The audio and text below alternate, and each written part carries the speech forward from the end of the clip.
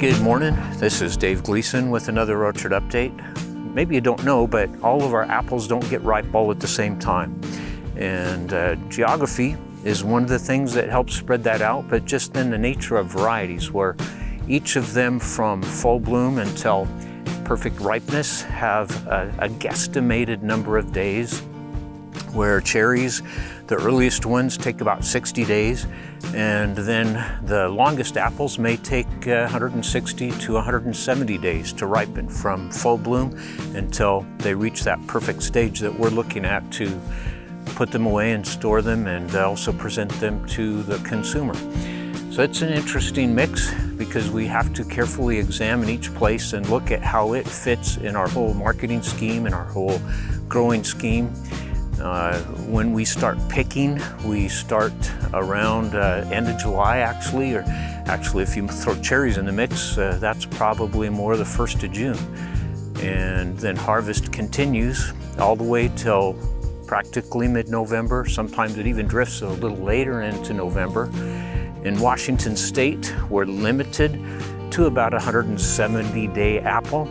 There are apples available that are more 180, maybe even 200-day apples, but we just don't have the conditions where we can plant something that takes that long to finish from the time it blooms.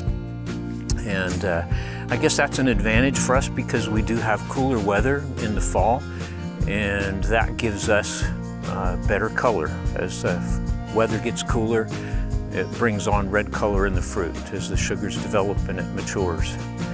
So we have pickers, like I was beginning to say, that work with us all through that period.